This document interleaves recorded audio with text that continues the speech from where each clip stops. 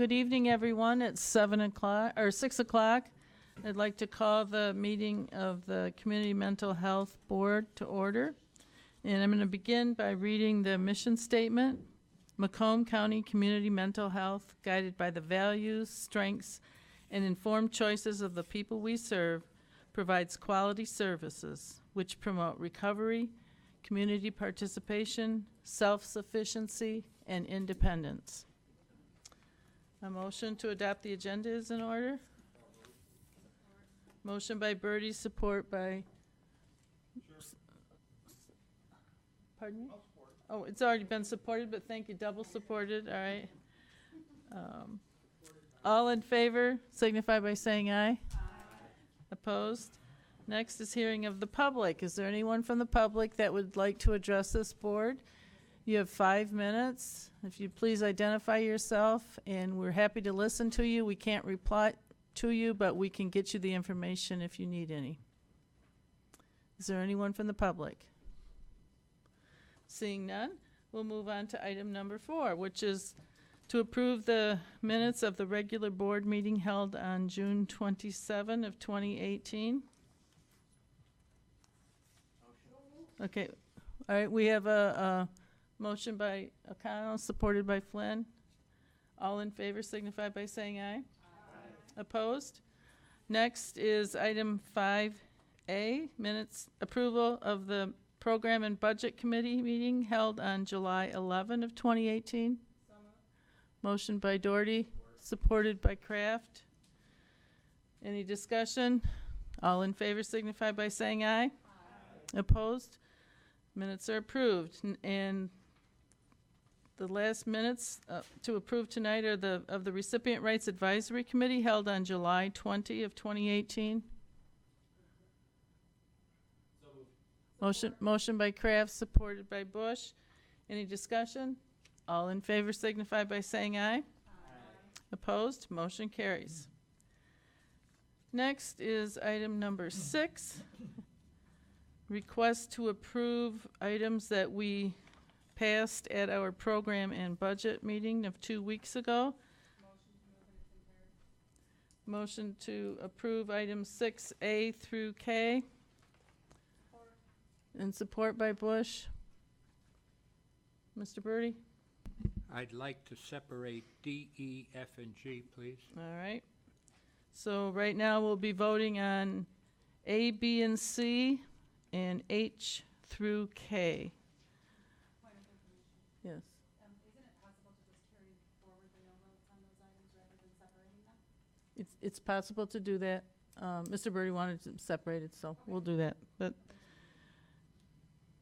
all in favor of approving A through C and H through K? Or any discussion? I'm sorry, first before that, any discussion on those? All in favor? Aye. Opposed? And then next we have items D, E, F, and G, which are lease agreements A, B, C, and D. Lou? I just want my no vote recorded Okay. on those items, please. All right.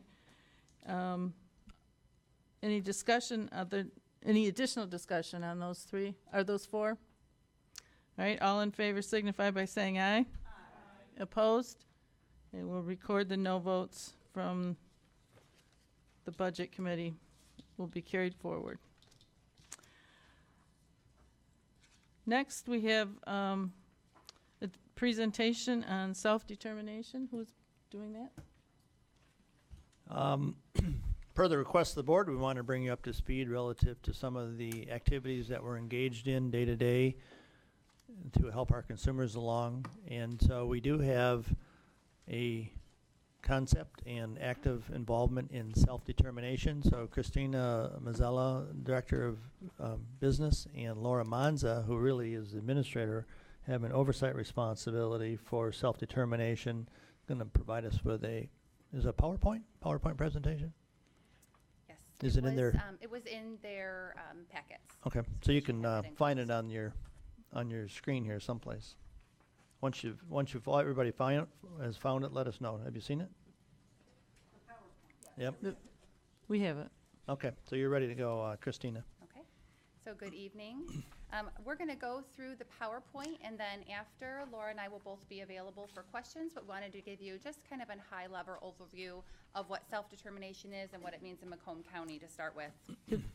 Before you begin, could you, I'm right here, could you put the microphone right in front of your mouth? Yes, I When can. either one of you speak, if you Yes. would, please. Thank you. Is that a little better for you? Yes. Okay, so what is self-determination? Self-determination is a philosophy. It is allowing choice and control over how your services are delivered, and it's giving the decision-making authority over to the individual served, which promotes freedom for that person. Self-determination is not just about the services that are delivered, though. It is really a way of life. And if we pooled everybody in the room today, who among us would want choice and control over how our lives were going to be and the services that we get and how those were going to be delivered? And we would all want that. And self-determination really allows and promotes that type of a model. Some technical pieces for self-determination. It's self-directed services, just what it says.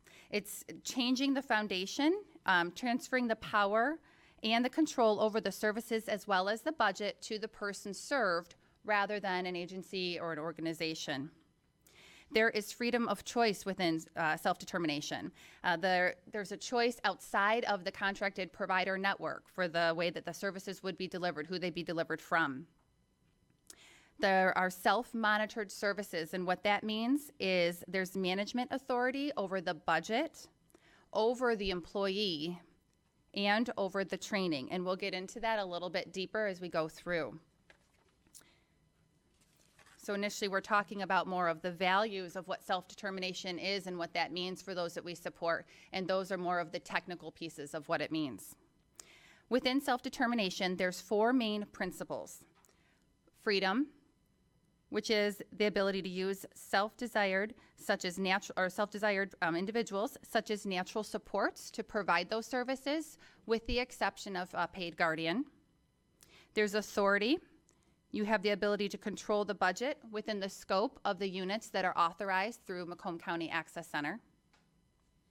There's support, arranging the resources that are desired in the manner in which is desired by the person served. And there is responsibility. And this is managing the funding and promoting a feeling or a sense of value or worth by managing their own services.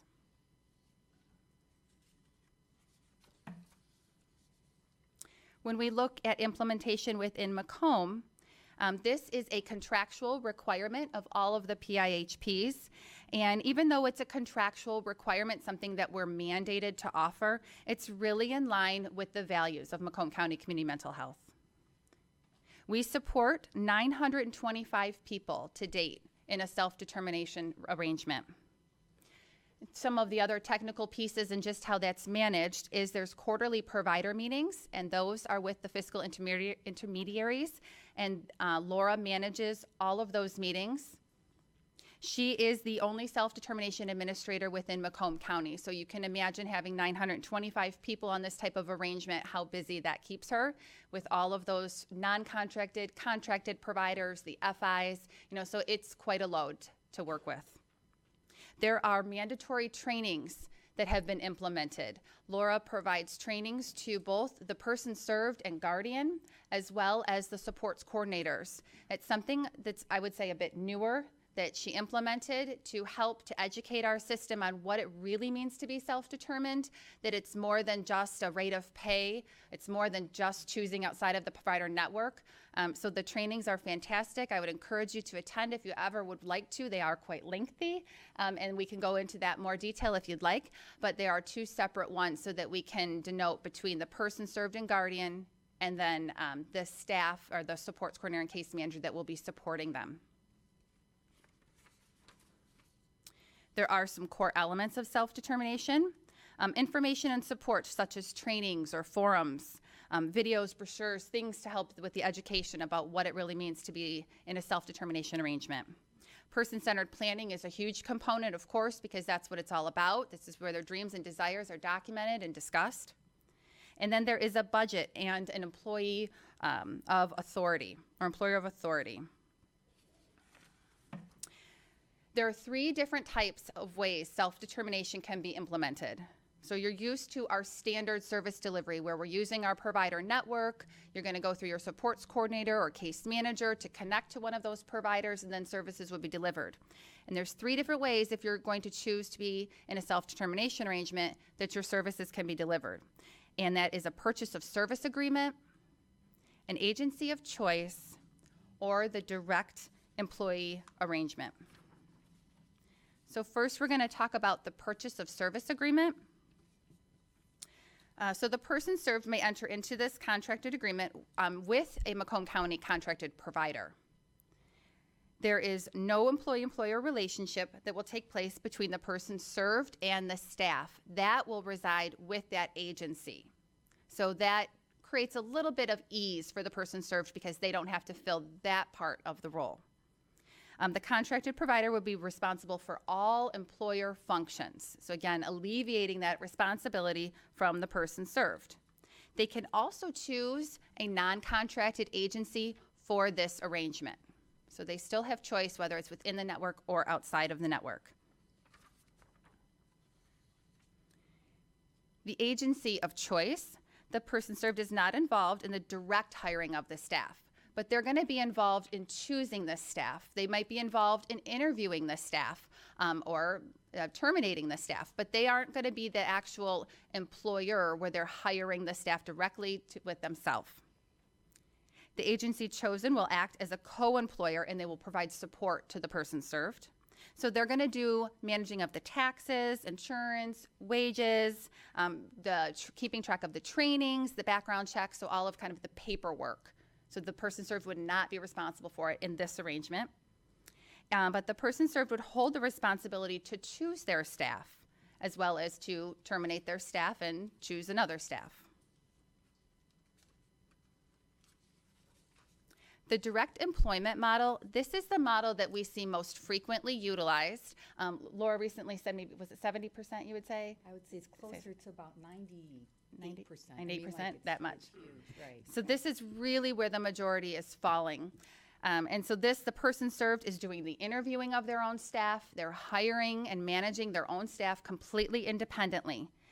They're also negotiating wages. So what this means, they still have to stay within the constraints of their authorized services and the Macomb County rates, but they can fluctuate the wage. They may say, I want to pay you for your time you're getting trained. So all the required trainings you're going to go to, we're going to build that in. They may say they don't want to do that. They may choose to incorporate paid days off. So they have an ability, once they have that budget, to play with it how they see best for their staff.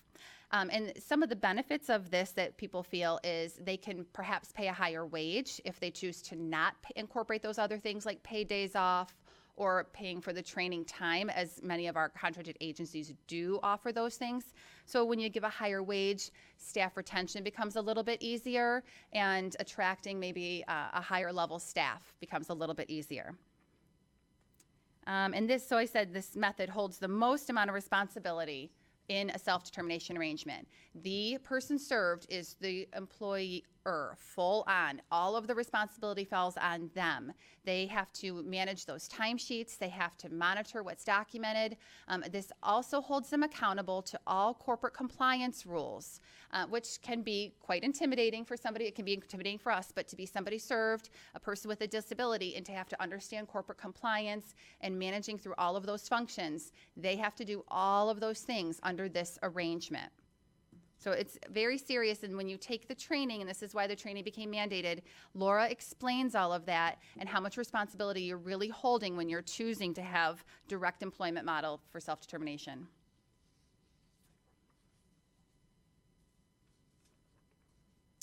And the opportunity for growth.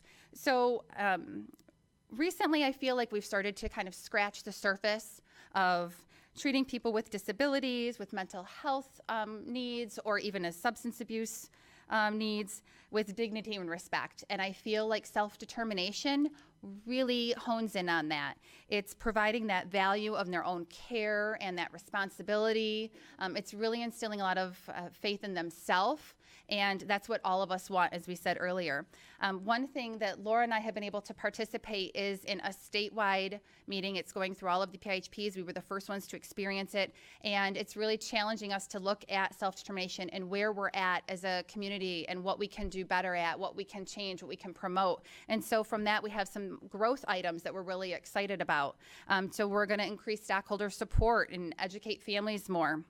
We want to bolster some of those trainings. We're already doing these 2 trainings that we spoke about, but is there a way to expand that and to touch more people so that they really understand what self-determination is, how it's implemented, and what it means for those that we're serving? We're looking at the use of supports brokers and independent facilitators.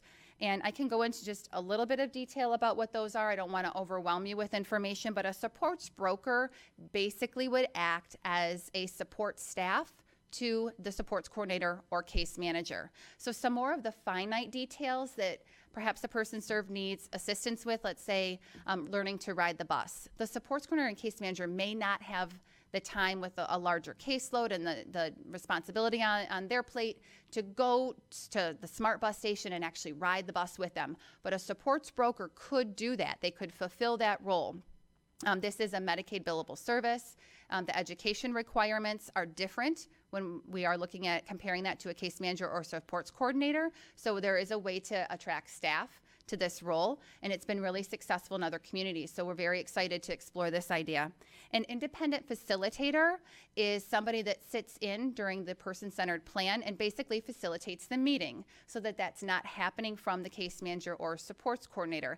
It creates a safe place for all of those that are participating to provide feedback and input to the person served and what their dreams and desires are, and it doesn't fall solely on that case manager or supports coordinator. So it's really having someone there to support that staff as well, an independent person to support the person served. And we are also looking to streamline some self-determination processes. As you heard, there's a very large number of people we're supporting on this model, which is very exciting for us, but that is a lot of work at an administration level. Laura's been working very hard to educate our providers on what that means to manage the contracts for self-determination, what rules and regulations go into it. There's a technical advisory that you have to be educated on. And so we'd like to see ourselves start to shift some of those responsibilities to those clinical agencies so they can manage a good part of this. It'll give them a better understanding of what self-determination is and how it should be implemented. And it will allow Laura to focus more on the trainings and the community-based and enhancing the model. So we're pretty excited about looking at some of those things and how we can improve the system. So that's our overview, but we would love to answer some questions for you. If you would like us to go over anything else a little more in depth, we're both here for you.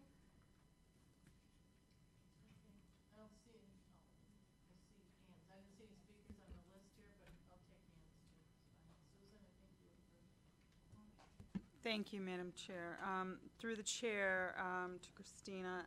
So you said that 98% of people kind of retain their own and act as their own employer. So do we have agencies that do, what agencies would do the other few that we have? Thanks for asking that question, and you did a great job. Christina did awesome. But we have fiscal intermediaries. We have 4 that act as the employer agent. So they will handle making sure that state and federal taxes get taken out, that Medicare and Medicaid is paid out, that there's unemployment insurance and workman's comp insurance paid out. Shouldn't speak loud enough. Okay, sorry about that. And so our fiscal intermediaries will take care of all of those functions. They will help the person served even negotiate that wage rate. So remember, one of the bullet points that Christina brought up is support.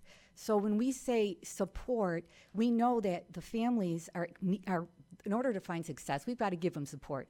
And so we have the paid supports and we have natural supports, and our fiscal intermediary is one of our paid supports. So. Okay, and we as an agency retain those. I mean, the recipient retains the services, but we give them, what, a list of people that do that, or are those employees of ours? Are you talking about the fiscal Fiscal intermediary? intermediary. Those have to be independent agencies. This is the only service they provide, and they're directly contracted with Macomb County Okay, Community so they're Mental Health. contracted by us. They're Right. not our employees, but And they're contracted by us. Right, there's a special fee or code that we use. It's a monthly code, just the same rate for everybody. So it works out that way. It's not part of the budgets for these families. It's strictly a Medicaid-funded service. Okay, and so, like, who would be, are those individuals, or are they agencies that we are common, that we commonly know the names of? That Right, are- they're agencies. We have one in town, and the other 3 are out of the county, but have representatives in Macomb County that will assist families in Okay. setting So up. these are typically like attorneys, like would be? No, they would be- accountants. They're CPA, accountants, okay. one is a CPA, the others would hire their own CPAs if they don't, if they themselves, the owners, are not the CPA. So it's a Yeah. financial support. It's more of the, it's really all of the employment stuff. Right, they do also do background checks for the individually hired staff. So. Okay, so that's good to know. So I'm curious to know, you said there were, how many, 925 people in this program that have this? I'm surprised that there's not more. Why isn't there more? Well, part of the reason we're involved in this Partners for Advancing Self-Determination with the state that Christina mentioned is to figure out why. And I think that once we streamline the processes, we're going to see a little bit more growth.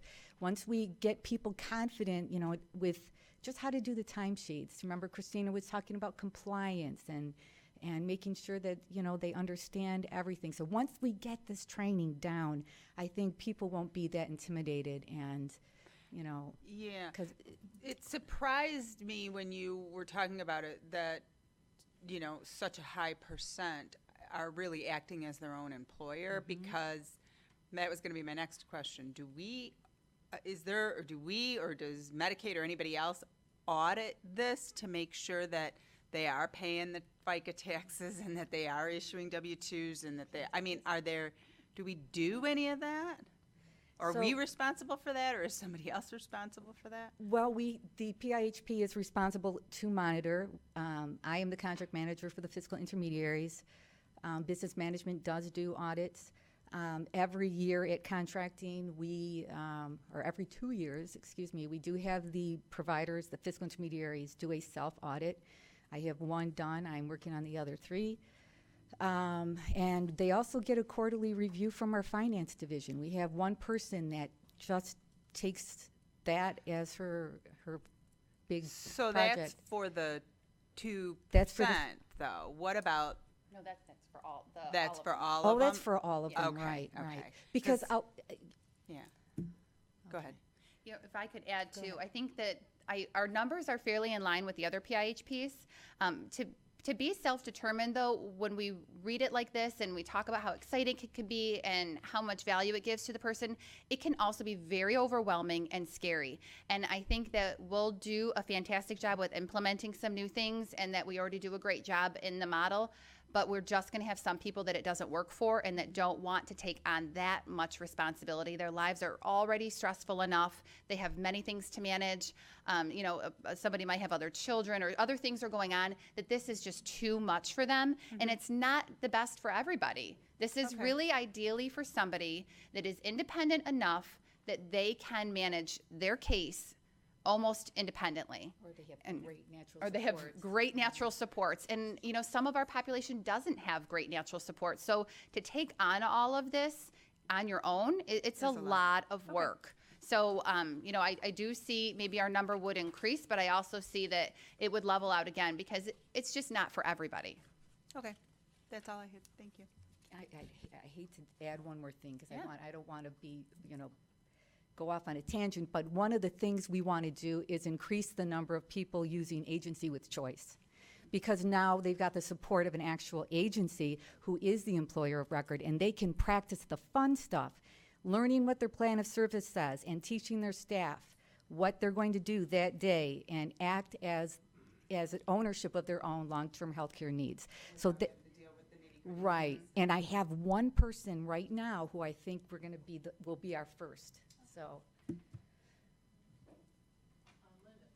Maybe I missed something. You keep saying person served. In what capacity?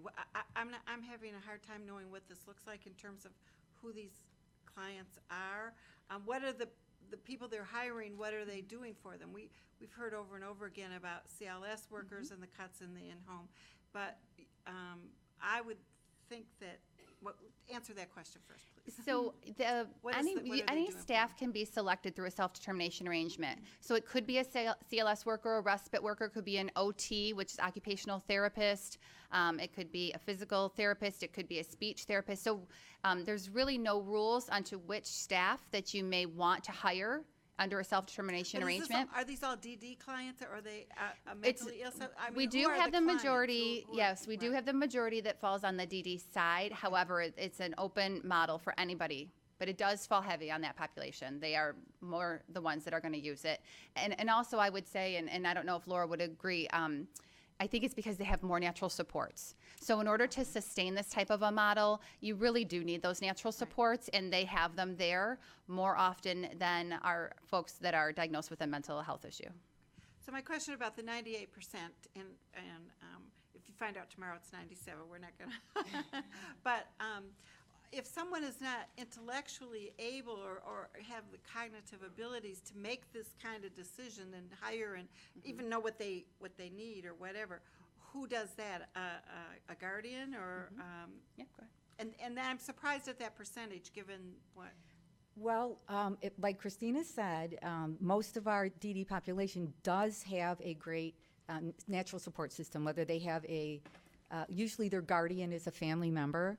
And so these are the individuals that are taking up and being they call it the managing employer. The person receiving the service will remain the employer of record for paperwork, but the guardian will be doing all of the managing. And the state of Michigan makes it very clear in our contract that people with a guardian should be offered self-determination arrangements, and that this is the model that you use. The guardian or a parent for a minor child is the person managing the services, and it works very well. And I have one last question, Kath. Self-determination, it's not a term that I'm familiar with except through here. So is it just a CMH kind of service activity? I don't see it with like veterans populations and indigent senior populations. And so is it just for this population? Self-determination? It's actually a national phenomenon. I mean, it's a Medicaid requirement, and you will see it in the home and community-based waiver final rules. Right. You will see it in MDHHS's home help service line offers self-determination. So you're going to see it, and I'm starting to see self-determination related to person-centered planning too. So you're going to see this language a lot more. Okay, Because it's in the laws. So thanks. Thanks. Thank you, Madam Chair. Through the chair to Laura, is it? Laura, maybe I lost something, but are you an employee of Macomb County? yes, I am. I Okay, work so- under Christina. So you don't represent this company or these people that are going to be doing the, No, Laura is, she works in business management division, and she's a contract manager. So she oversees the contracts related to being in a self-determination arrangement, as well as she's the administrator for the self-determination model for Macomb County. So all of the PIHPs will have an administrator. And so she's kind of our liaison too with the state as new information comes out. She's the expert, the contact expert for what self-determination is. So she can support our providers as they implement the model. so you're going to be going to the providers or the customers, our consumers? What I do is I work in partnership with the primary care providers who are working with their folks. Now, when it comes to some of the more complicated contracts, I may move in and sit at the table with the supports coordination agencies and the person served and their guardians. That does not happen very often. I think I've only done that a couple times in the last several years.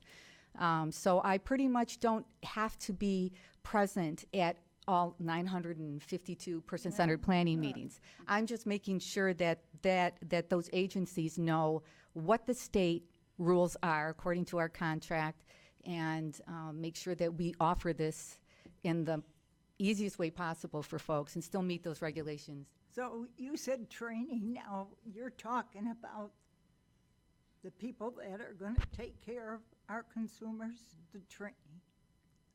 Right, I have two types of trainings right now. One is for the guardians or legal representatives or parents for individuals wishing to use self-determination. And they're all required to come through that class now. And then the second training is specific to the primary case holders to help them understand what they need to do with their caseload if they have people who want to use self-determination. And then when I have my quarterly meetings, I have the managing individuals or the supervisors from these agencies that will take the information that I present and make sure it's disseminated throughout their agency so that all of their supports coordinators know, and they're obligated to do internal training too on their own processes and protocols.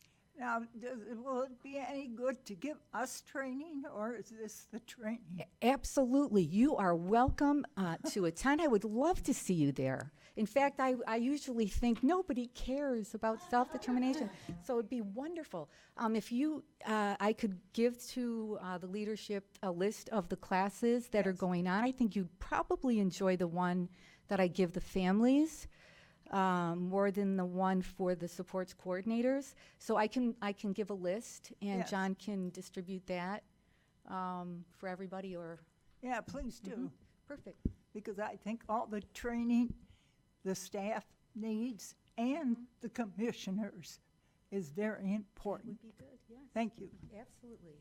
Thank you for asking. Thank you, Joan. Lou?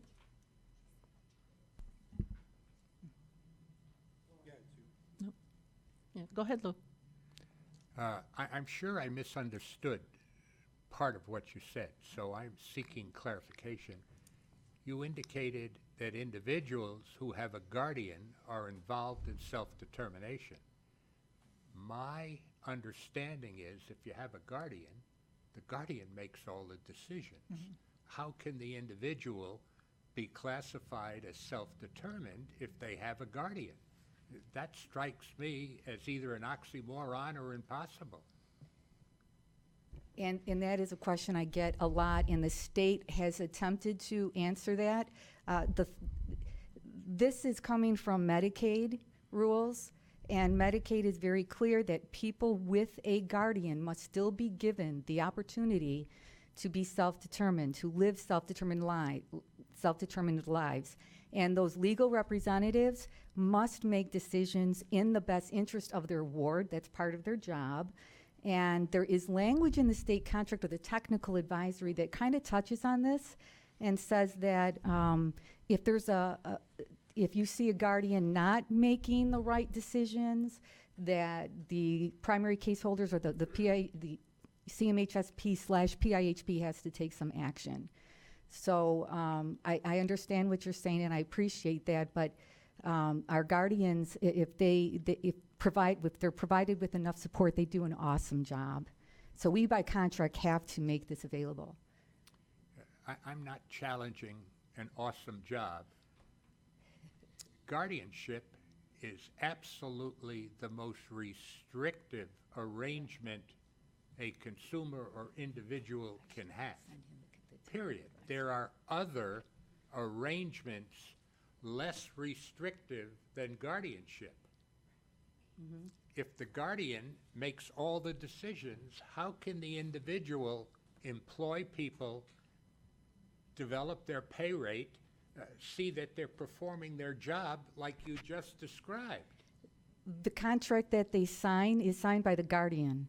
So before services begin, every person has to provide their informed consent, or the informed consent has to be provided by the guardian. And that document lays out what the guardian will do, and they act as that managing employer to perform those tasks. I'm not challenging that the guardian signs the contract. What I'm asking you is, if the guardian signs the contract and the guardian is responsible, how do you classify the consumer as self-determined? Because they're not making any decisions, the guardian is.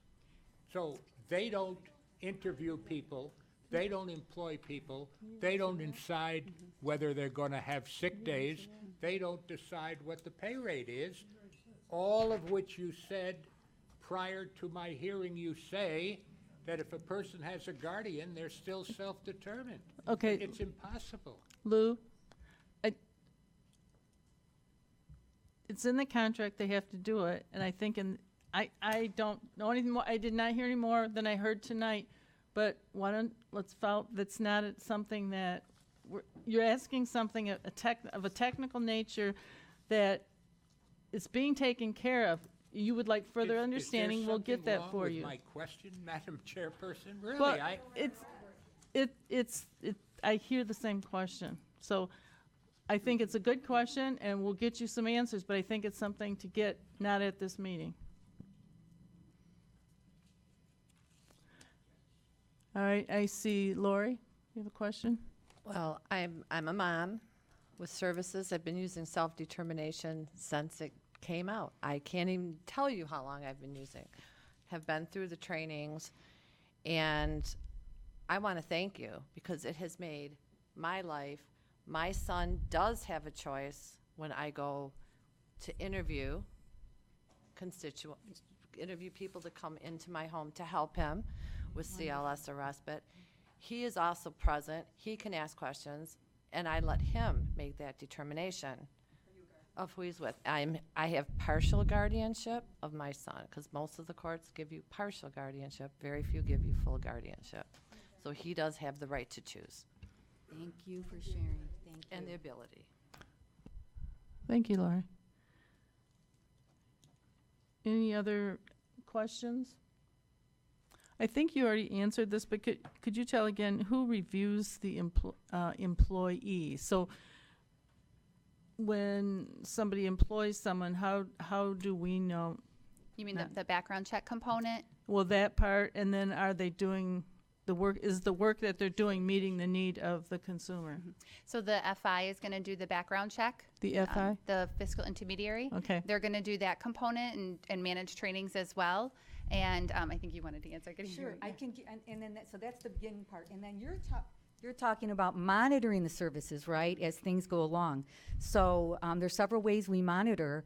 One is the primary case holder is required to read 10% of all the notes that are submitted for payment. So they receive them, they read them. The supervisors are expected to do quarterly audits, so they'll do between 3 and 5% of all the cases every quarter at their agency and give me an update and let me know what they have found. If they see any room for corrective action, they provide that to me, and it's working quite well. Okay, thank you. Anyone else?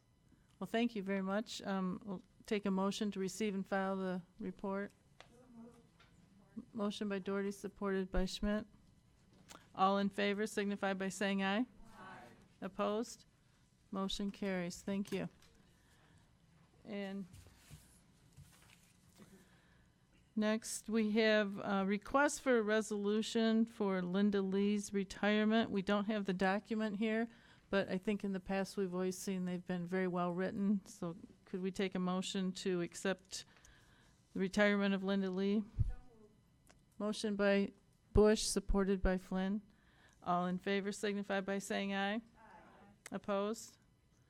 Motion carries. And next is item number 9, a list of the bills dated 7/25 of 18. Motion by Doherty, supported by Schmidt. Any questions or discussion on the bills? All in favor signify by saying aye. Aye. Opposed? Motion carries. Next is the management report. Thank you, Madam Chair. Nice to see everybody tonight. You know, I was sleeping on the switch a little bit earlier, and it's an item that I want to speak about in the management report. I'm not going to ask you to go back and vote on it again because you already done so, but I also want to take the opportunity to go through the document a little bit in so much as you understand the item that you approved. And again, this is on me. I apologize. When it went through, I wasn't quite up to speed when the agenda was going through. So if you go back to your agenda, and if it's permissible through the chair, to number 6A, approval amendment, number 3, agreement between the Michigan Department of Health and Human Services, Macomb County Community Mental Health, PHP, Managed Care, Specialty Sports Services, concurrent 1915 BC3, BC waiver program, Healthy Michigan program, and substance use disorder community grants. If you click on that, and then go down to the third item, which is the Milliman report. So this is the third amendment to the PHP contract. And as we've been talking about for so many months around here about the DAB migration, the loss of Medicaid dollars, and the effort to recover those Medicaid dollars, this is the document that actually is the third amendment to your PHP contract. And you haven't seen that before. So the reason I'm going back to it is you haven't seen it during program and budget. It was put on the agenda for tonight, so it's your first time review of it. And you've already approved it, and as you should approve it too. So it's the SFY, is the State Fiscal Year Behavioral Health Medicaid Capitation Amendment. So if you look at the attachment, it is not something that I want to educate you on so much as more rhetorically let you become aware of how our funding actually occurs, because I think sometimes the board, the administration, the public, and everybody else believes that when we get a check for $185 million, it just comes in a great big check, and that's nothing even close to how our monies are received. So if you look at we'll start out with page 16. If you scroll through your document, page 16, it's the State Fiscal Year 2018 Behavioral Health Medicaid Capitation Rate Amendment.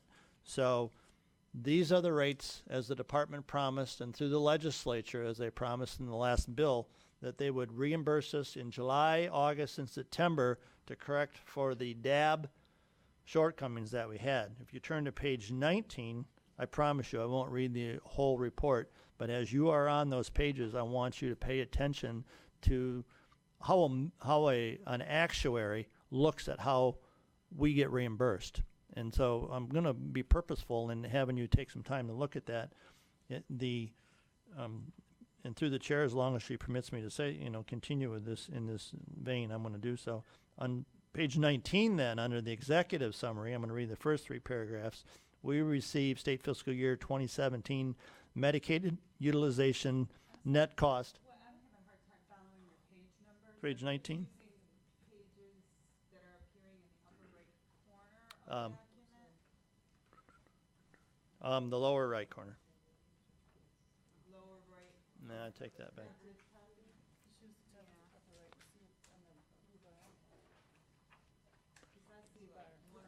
Okay, I got you. Go to page 3. I'll just cross-reference my paper copy with your electronic copy, okay? Go to page 3. All right? So it says in page 3, let me get back there again. It says background, or I'm sorry. Yes, ma'am. Executive summary. We received State Fiscal Year 2017 Medicaid net cost, which is a MUNC report, MUNC report, from the prepaid inpatient health plans in March of 18 that reflected materially higher per member per month costs relative to what was utilized to project the claim costs to the original State Fiscal Year 2018 capitation certification rate.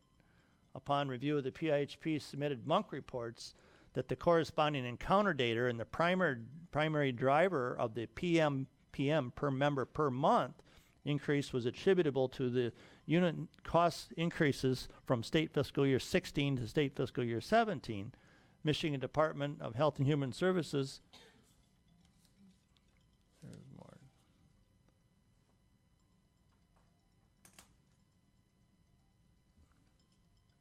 there's one distraction after another. I'm sorry. Michigan Department of Health and Human Services requested Milliman to update the state fiscal year 2018 capitation rates using state fiscal year 2017 emerging experience.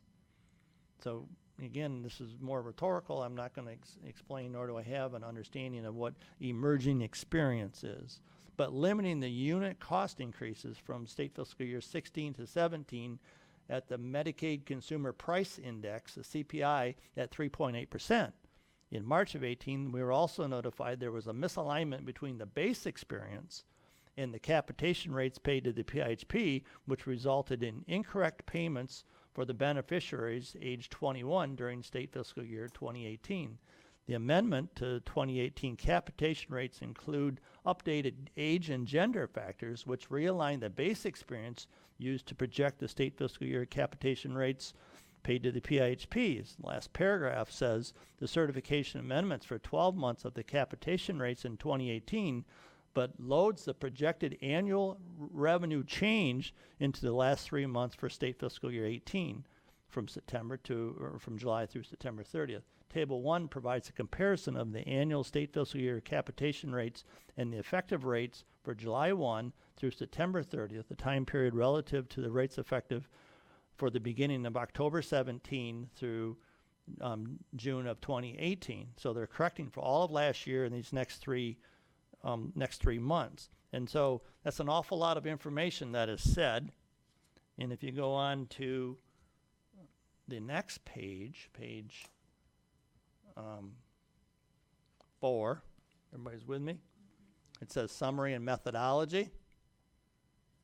It says, page 4, we utilize the emerging state fiscal year 2017 PHP submitted MONC reports and encounter data as base evidence for the amended capitation rates.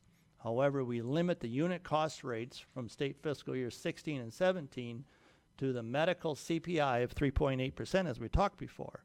And so here's yet another graph that really does explain to you and shows you, the difference in the DAB amount went from 228.55 to 239.80. And I'm not going to go through all this. I just want to have you get a gist of how the Milliman actuary works, how it gets to my finance, my CFO director, and what they have to do with finance to be able to get it to me, and how I need to be able to explain it to you. If you go on to, so that was step 1. You look at step 2,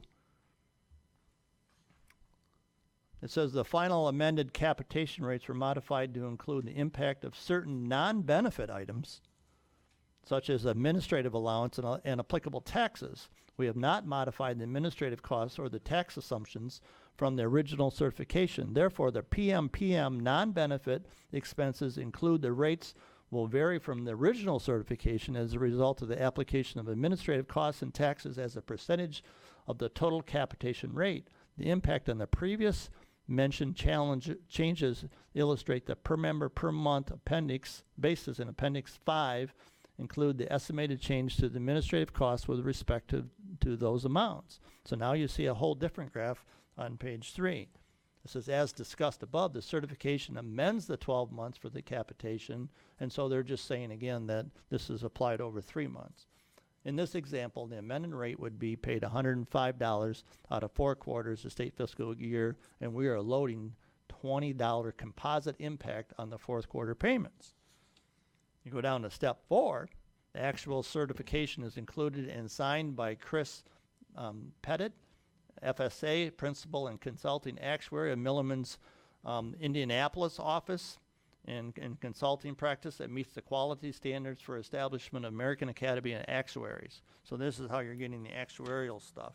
Now, if you turn to the next page, which is page 6, it gets a little easier from here on out. You turn to page 6, you can see the breakdown of TANF, mental health, substance abuse, autism, DAB, which is the disabled, aged, and blind, mental health, substance abuse, autism, Healthy Michigan Plan, mental health and substance abuse, and waiver C, which is the habilitative supports waiver, and then it shows you the difference in the rates across those different line items. If you go to, this is all purposeful. And I know you understand that this is purposeful why I'm doing this. Because it's going to have meaningful impact the next time, we have discussion about how are the rates calculated and how do we understand that. So if you look at the actuarial certification, I don't have any comments there on that one. If you keep going, if you're scrolling with me, you look at, now I'm on state plan 1915. Oops. I'm working off 2 documents. Appreciate your patience. State Plan 1915 BC. Everybody on that page with me now? So it's page, Appendix 2, page 1 of 1. Everybody with me?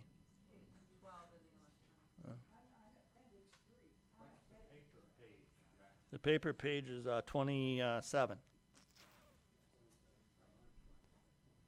And on your screen, it should be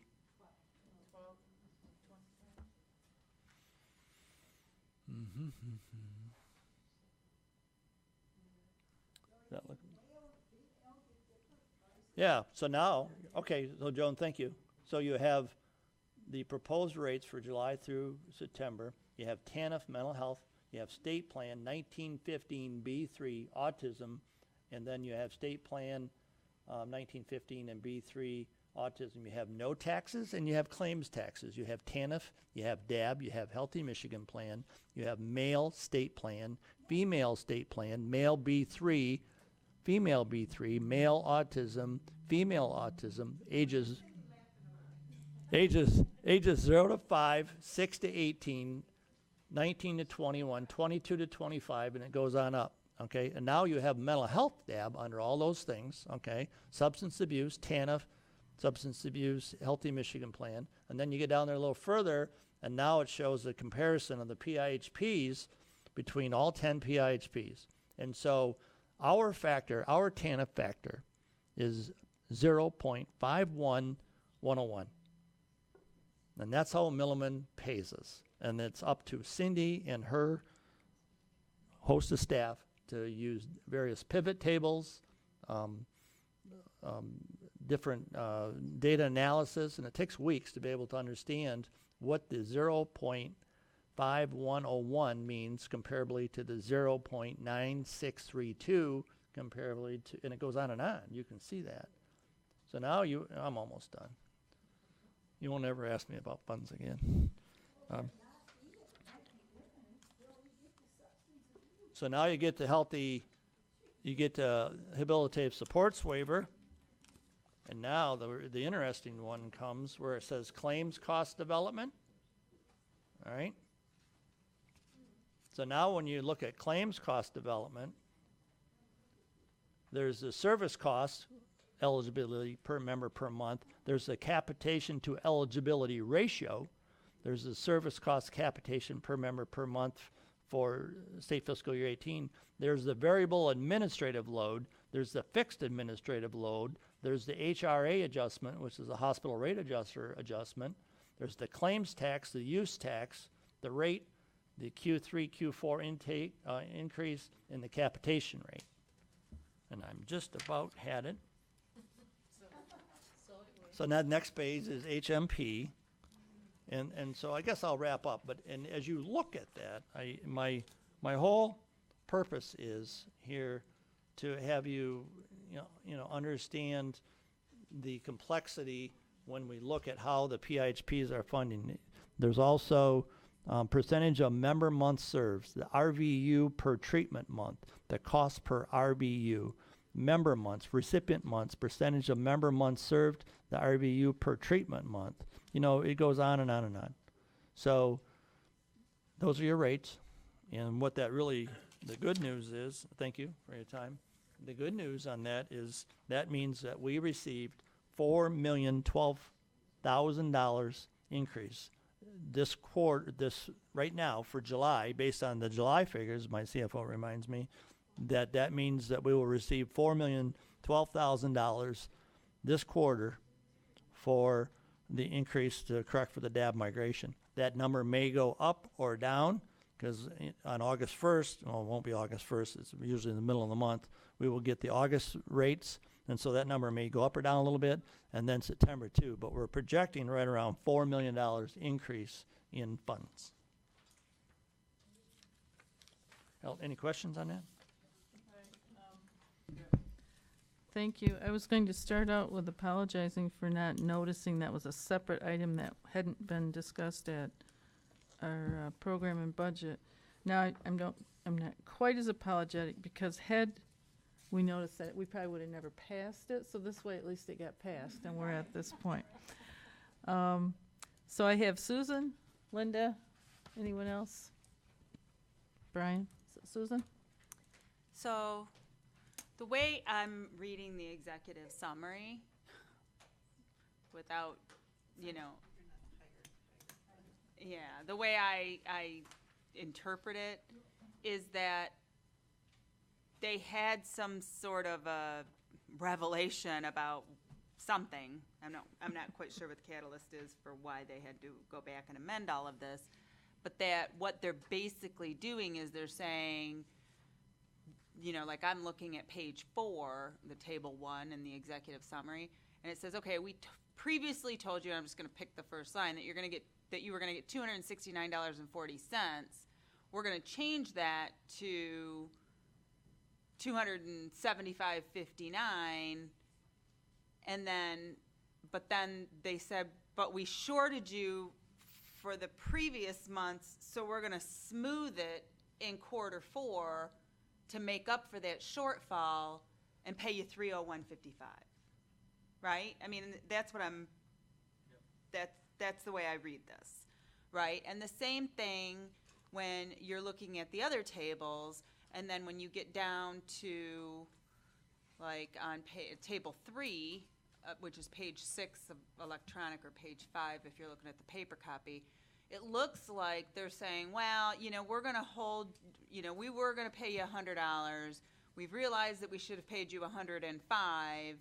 And now what's going to happen is we're going to, for the fourth quarter, we're going to pay you $120 to make up for the shortfall of those first few months, right? Am I reading that right? I mean, they go into a bunch of mumbo jumbo as to why they did this, never really telling us what the catalyst was, that, where the error occurred or where the poor assumption was or something like that.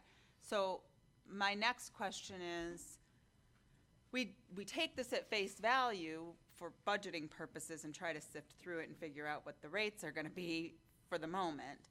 Do we need to hire our own actuary to look at this stuff and challenge it with the ammunition of our own actuary?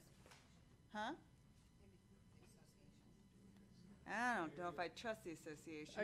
Is this a rhetorical question? It's not a rhetorical question. I mean, I'm looking for an answer of whether we think that would be a good expenditure of $10,000, right? I mean, actuaries are super expensive. Do we need to have this looked at by our own by an actuary that serves us and doesn't serve the state agency and doesn't serve every other community mental health agency? I mean, to me, that would be a good investment of money. That's a good question. It's a prerogative of the board to pursue that, to see if what it would take to put an actuary on retainer. We'd use them periodically. To me, I just feel like this summary of a report, and thank you for highlighting it because I didn't know that it was in there. I thought it was just approving what we had already seen. But to me, just this very nature of this report and the smoothing that they're doing tells me that somebody bobbled something along the way. And now they're introducing all this mortality table, because that's where the difference between men and women comes in, right? Because mortality tables are different for men and women. So that's why they're doing it that way. I mean, the care needs of an individual are not gender-based, right? It's life expectancy that's gender-based. So to me, that tells me that I'll come right out and say it. I think they're cooking the books to make sure that the numbers meet their budget. But that's my own opinion, but to me, if you want to defend this, you got to get your own actuary. Well, that's all they say, liars figure and figures lie. Is that it? There you go. I mean, you can make the numbers do whatever you want to do if you start introducing some of these, these concepts of mortality and smoothing and interest rates and, return on investments and da, da, da, da, da. I mean, you can really come up with some pretty interesting numbers here. So, I would hope that we take that back and give that some serious consideration and come back to this board with a proposal and look and see what an actuarial review of the state's actuary report would tell us. Right. Thank you for bringing that up. I was thinking that's probably what we should just ask John to meet with the financial staff and look at it, see if that's something that would help, or if it's not that, what other thing do we need? But we need to have some outside analysis, objective analysis. Good point. Thank you. I have Linda and then Brian. On Susan's point, it might be pretty easy to just make a phone call tomorrow and find out what they say is the rationale. I understand that you think there might be some, but we don't even know why, I don't know what they said, why they were correcting. So that would be easy to find out what they said, what they had discovered that made them have to go back. But I have a question. Just, you asked it one way and I didn't understand the way that you ask it. So they found this mistake, they corrected, and they took it forward, right? They corrected for the past. How far back? Well, this is the DAB migration. Right. So what they're looking at is 2018. So they corrected for this fiscal year so far. Yep. And going forward, they gave us a new rate. Well, they speak about 16 and 17 in there because there was loss in there as well too. But they're correcting for the loss of really it was 120 million. They gave us 60 million, and they're correcting for that in those 3 quarters. So they didn't correct for all that we lost. They didn't. No, they corrected for weren't all half the of. way wrong. They were corrected for saying half they of were what just we lost. halfway wrong. Okay, thanks. Thank you. Brian? For clarification, John, isn't this what we've been fighting for 5 years? Every time they put up the numbers, we say we don't agree with the numbers because they don't really reflect what we're doing. And I have to agree with Susan, the way it looks like, all of a sudden somebody in there found out that they were actually screwing us. And am I correct in that's where they found these mistakes at? That's the issue we've been fighting all along, that they're not doing it the correct way to do this? I wouldn't agree with that necessarily. Some of it half truth, half not truth. What we've been fighting for since 2015, since August 12th, 2015, when we put out the white paper that the Medicaid rebase is going to negatively affect us, dramatically so. That's not this issue. Okay, that, rebase and Medicaid redistribution is Okay, so that's not part of this issue. altogether different. Over the course of 16, 17, and 18, it was the people who were, if I was disabled, aged, and blind, I was a DAB consumer, and if I was being supported to the tune of, we'll say $250 a month, $250 per member per month, that's how much money goes to the PHP to support me. When I re-enroll for Medicaid tomorrow, instead of being DAB, they put me as Healthy Michigan Plan. Well, I get $33 per member per month. For me as a consumer, the benefit doesn't change. It's all the same. But for the CFO and for us as a PHP, we lose the differential between the $250 and the $33 times thousands of people. That equated to about $120 million lost statewide. That's what's being fixed here in 16, 17, 18, and now we have to also adjust for 19 because you've signed the contract. The board, that's the irony of it, the department says, here's the contract for 2019. We'll tell you what the rates are later on. And so we don't have those yet. So this second issue is commonly referred and coined to as the DAB migration, that are disabled, aged, and blind migrated to Healthy Michigan Plan at a lesser rate, or even in some cases migrated to TANF, Temporary Assistance to Needy Families, at $8 per member per month. So you can see the money that we lost. Oh, yeah. Now that you brought it up that way, I remember having a lot of discussions. Second question is, this report, it goes to the department and they approve to what this report says?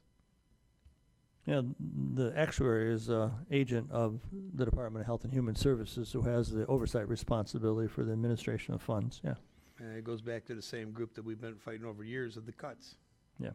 So, well, yeah, but they're still, you know, they're working for them, not us. I think it might be a good idea that we take a look and to see that we actually have somebody to, and I'm not saying that our staff don't know what the numbers mean and how they do it, but if we do have an outside area that does an audit that's non-biased in the situation, we probably get a clearer picture of where we really stand with it.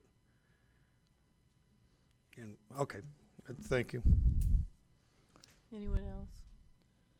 So, I think you'll,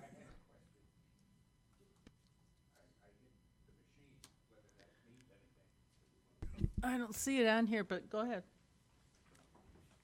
The reality of this situation is that when the State Department used Healthy Michigan to move the DAB stuff over there to that reimbursement to the PIHPs, the state of Michigan,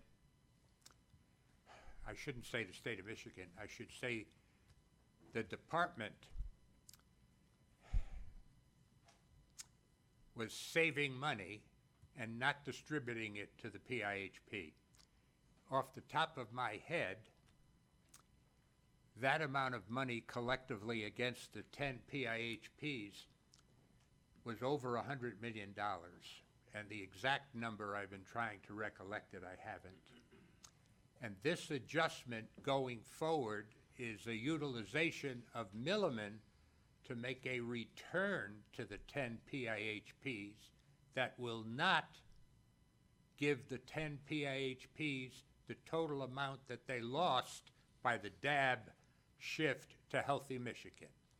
So, the State Department goes back to Milliken and contracts with them to come up with this whole song and dance to adjust that amount of money that the State Department withheld from the 10 PIHPs. That's the bottom line. So now they're giving you back part of that money, which is less than 100% that they withheld from you to begin with, and they're using Milliman as the basis of providing a level ball field, but it isn't even close. So, if you want to hire your own actuary, they're going to get into Milliman's numbers, and Milliman's numbers will pay out. But what they won't show is the fact that, say, 100 and some odd million was withheld, and they're now smoothing the field by giving you back 60 million over the next year or two, and gee whiz, now we're even. But the State Department has withheld that amount of money from the 10 PIHPs by shifting DAB into Healthy Michigan, which was an inappropriate thing to do. And they were paying $30-some-odd a month to the PIHPs instead of $250 a month, which the law required, and Milliman is now smoothing that out. So everything you want to say, if you don't look back at what started this situation, it's just conversation, because the State Department is now saying, gee, it was an error, but we've taken care of it. But they haven't taken care of it at 100%. They've smoothed it out again to their benefit, and where that amount of money has gone, who knows? But it didn't go to the 10 PIHPs is where it should have gone. So that's the basis of this whole situation. Thank you. That's all the speakers on that.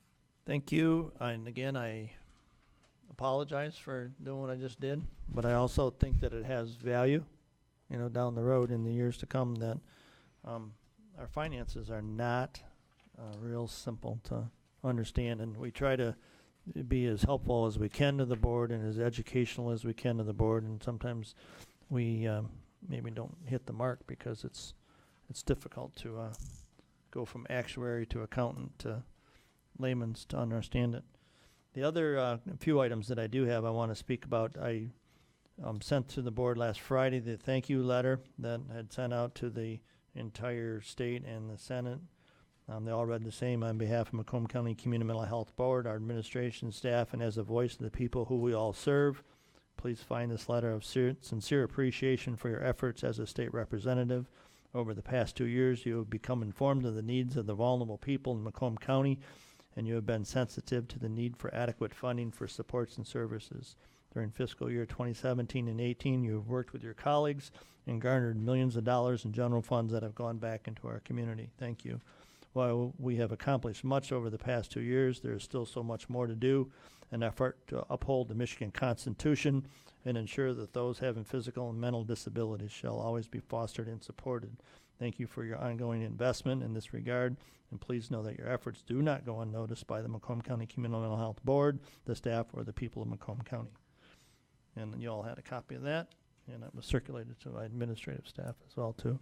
The other document I provided for you on Friday, and you're going to see some invoices come popping through here in the next few months. And I don't want to go through it all again tonight. I'll take questions, but there was some time back. There's the Community Mental Health Association of Michigan, right? We all know Bob Sheen and that group. There's also, which has been developing over the course of years, the Michigan Consortium for Healthcare Excellence, MCHE.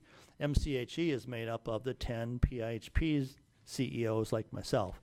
This board understood that when there was the realignment of 18 PHPs down to 10, at that same time, there were 16 substance abuse coordinating agencies that are throughout the state of Michigan. They were dissolved and folded into the new 10 PHPs. So the 16 CAs folded into the 10 PHPs.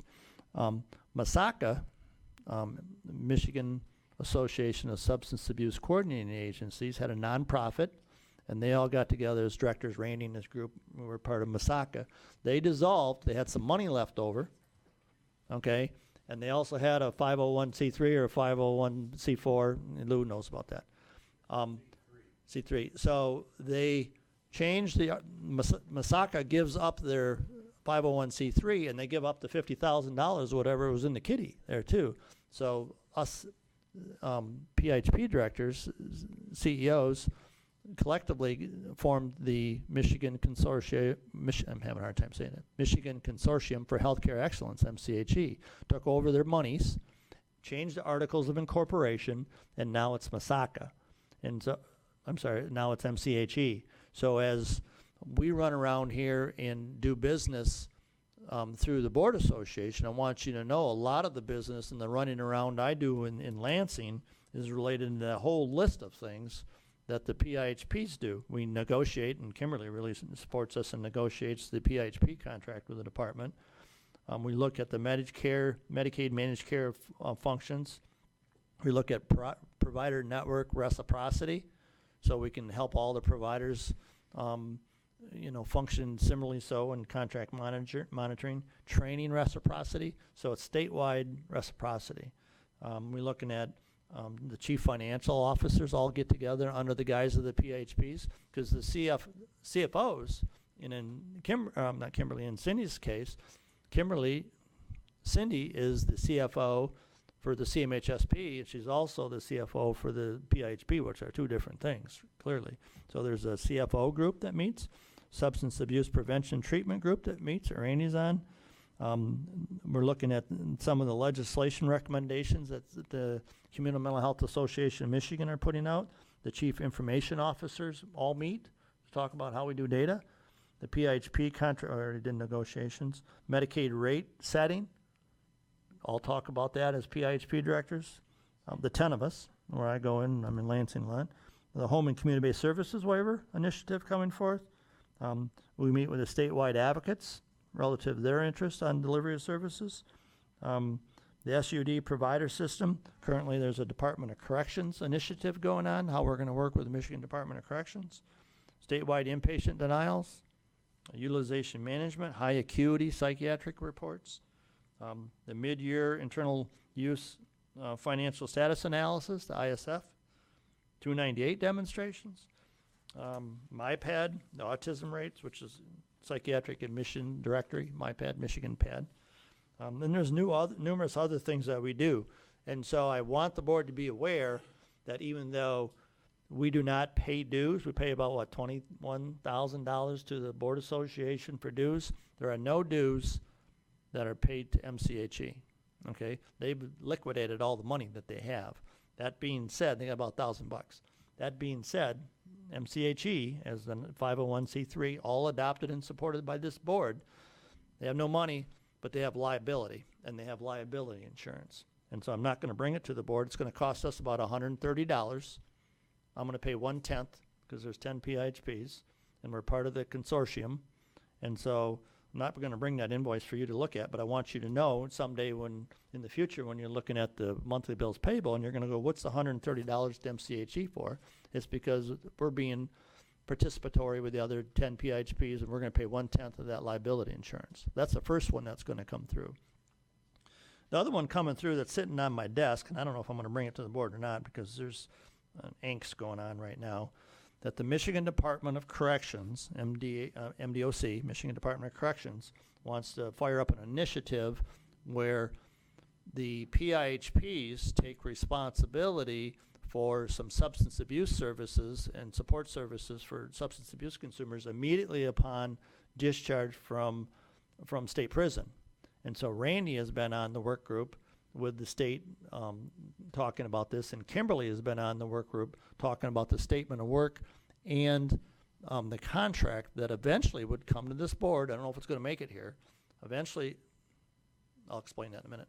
If we can find common language between the Department of Corrections and all 10 PIHPs agree on the same language, then I'll bring it to the board. Meanwhile, MCHE has procured a project engagement manager to help all 10 PIH pulls together. And that project engagement manager is TBD Solutions. And we all have experience with TBD Solutions.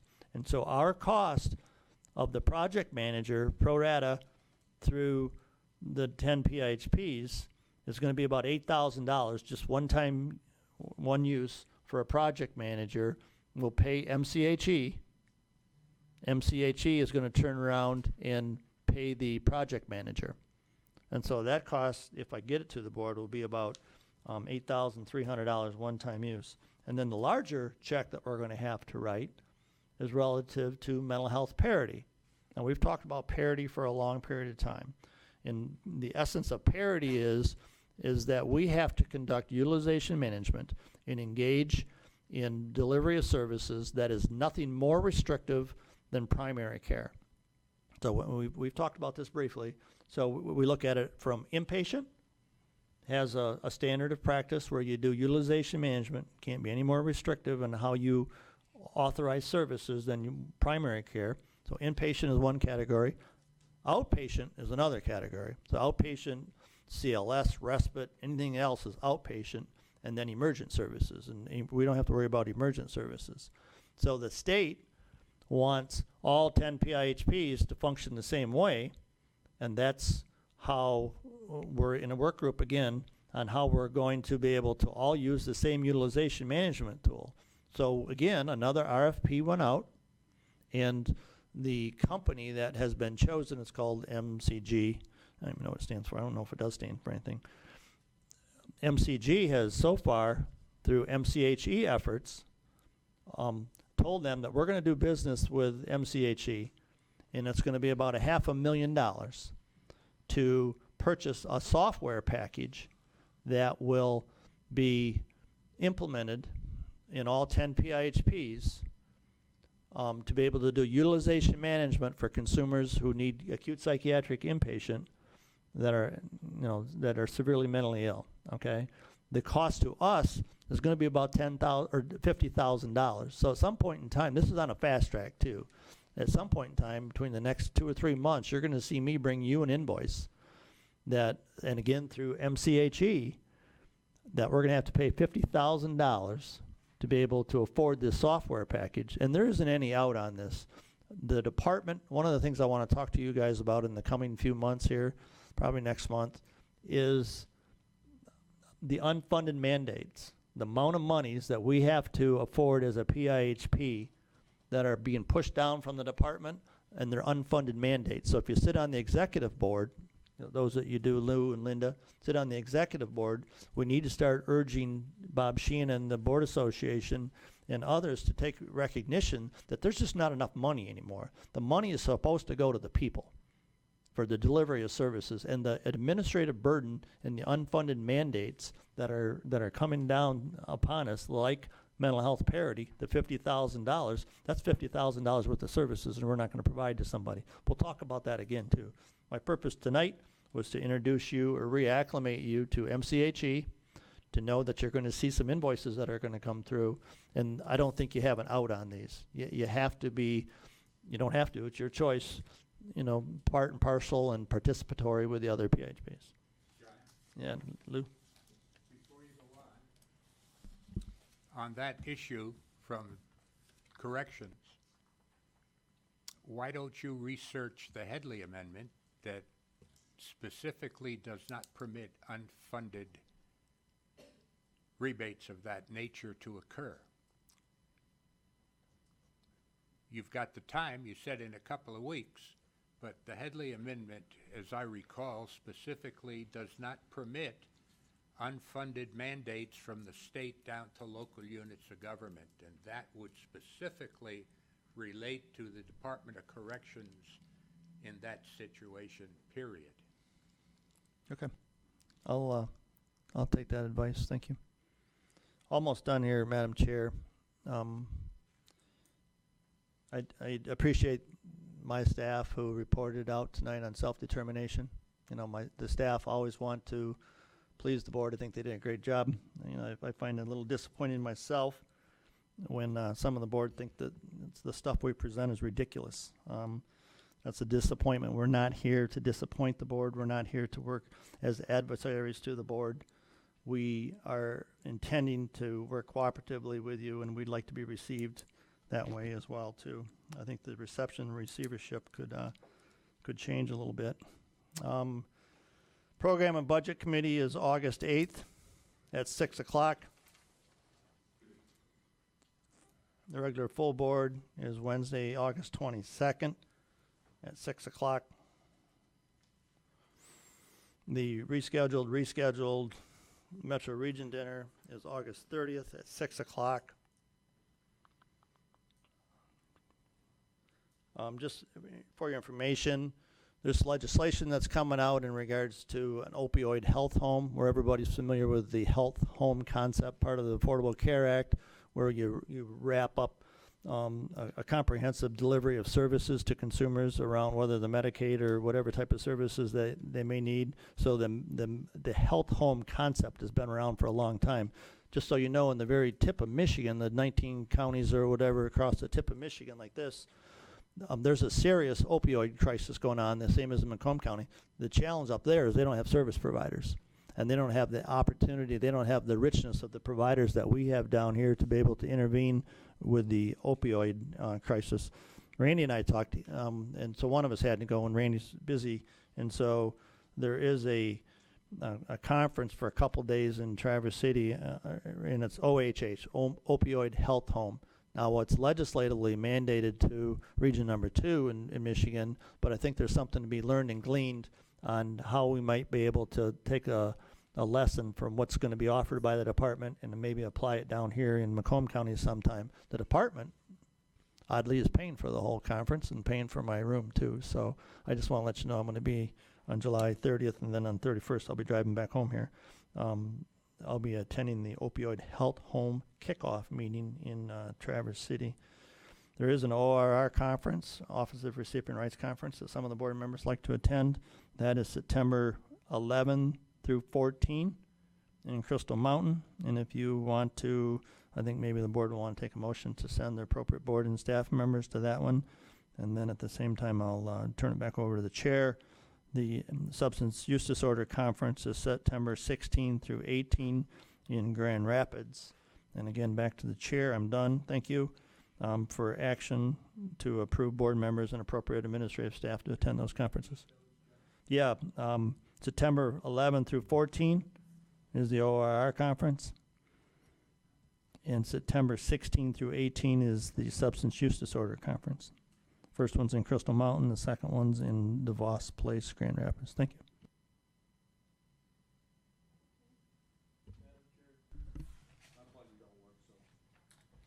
John, for a question, we have two people out of the department that's resigned, and it's the end of July. Has there been any talk who's gonna replace them, or has anything been mentioned about how they're gonna do the research for people to replace those two people? Linda Zeller's position is an appointed position by Nick Lyon. So it'll be up to Nick to appoint probably an interim deputy director for the Department of Health and Human Services to replace Linda in September. So she's leaving September 6th, I think, or September 10. So somebody would have to fill that gap for 3 months until the new governor appoints their own department. So it would be a stopgap, and I haven't heard of any names. And then Tom Renwick, I don't know his official capacity in developmental disabilities. Tom's is an actual posted position, and so that position is already being posted, and there'll probably be people who will apply for Tom's position as well too. So I don't hear of any names who was out there. Anybody could surprise me. I don't know. I think the important thing, and what I'm going to bring back to this board in August as well, I got a fistful of things I want to bring back to you in August, is that we need to pay attention to what's going on there, because as much as this board has talked, we know Linda Zeller and we know Tom Renwick. Tell me one other person that you or anyone else knows up at the state. And my staff know a bunch of people. Do you know anybody else up there at the state?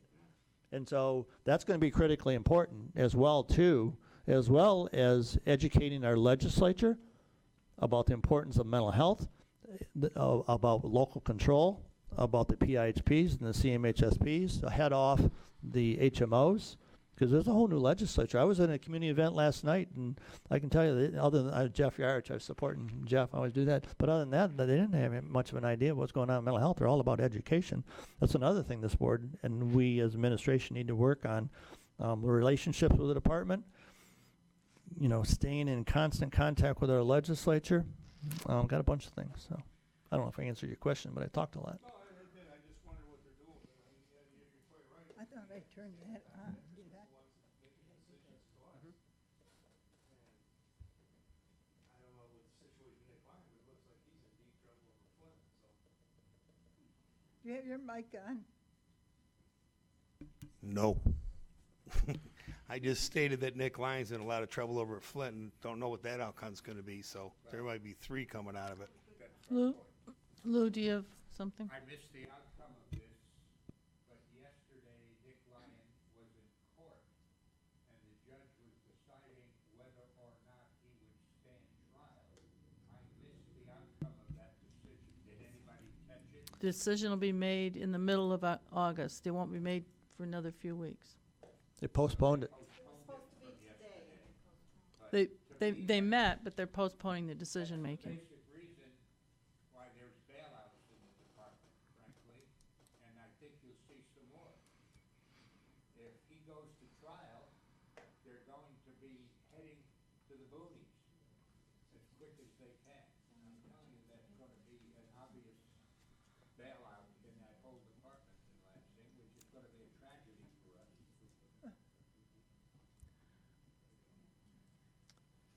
I think Okay, I have, Joan, I have you on the list. Is it regarding what John just talked about No. or something else? All right, then, before I get to you, then we need a motion to approve sending appropriate staff and board members to the ORR conference and the substance use conference. So move. Motion by Flynn, supported by Doherty? Okay. Any discussion on that? All in favor signify by saying aye. Aye. Opposed? Okay, that motion carries. Joan? Well, thank you, Madam Chair. And I feel bad, John, if you think we disrespect our staff, because I don't think we do. We honor the staff here. And also, I want you to see the Crossroad flyer I passed out. And if you want to take a tour, finally, it's been all painted and it's ready to be viewed. So anytime you want to stop in Crossroads, you're welcome. And that's at 11th Mile in Shaner. And I hope you all come to the ice cream social, rain or shine, and putt-putt. And if you can afford it, you yourselves can take out a $100 ad. I know Brian's very helpful. I sent it to you, didn't I, Brian? I passed it on.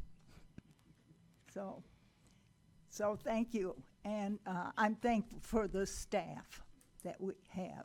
You do great work, or we'd really be in trouble. You'd probably all go to Oakland County. Thank you, Joan. Anyone else? Any other board members? Any comments? Okay, then that brings us to item, the hearing of the public. Any other agenda items that, I just asked that. All right, and anyone from the public would like to address this board? You have 5 minutes. Please give us your name and address. Good evening. I'm Sean McGregor. I live in down St. Clair Avenue, Macomb County. I'm just here on behalf of CEO for just our monthly report. And just to start off with the individual served update, our vocational assessments have been updated to offer more of a visual cue for those with disabilities, and more like a tactile approach, which I'll pass around.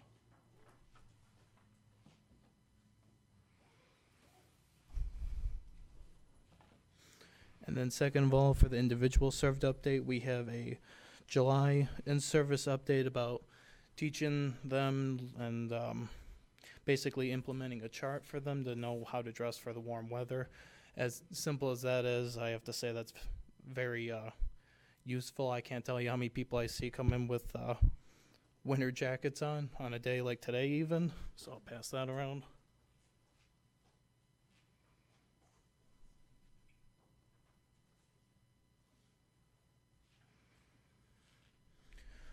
And then nextly is the community center updates.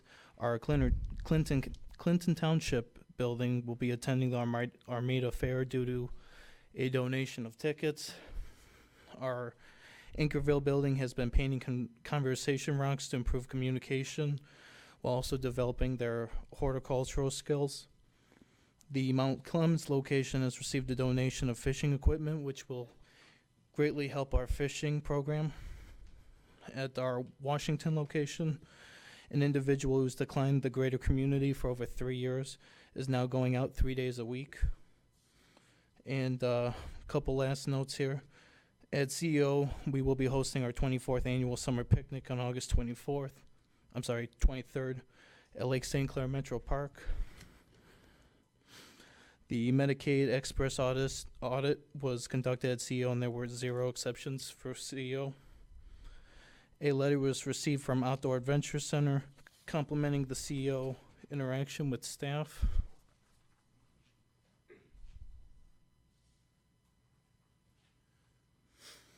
And then lastly, due to the corrected rates at CEO, we will be able to increase our hiring rate to a pay of $10 per hour in Macomb County starting August 1st. And on behalf of CEO, thank you for that. And this is just a copy for the board.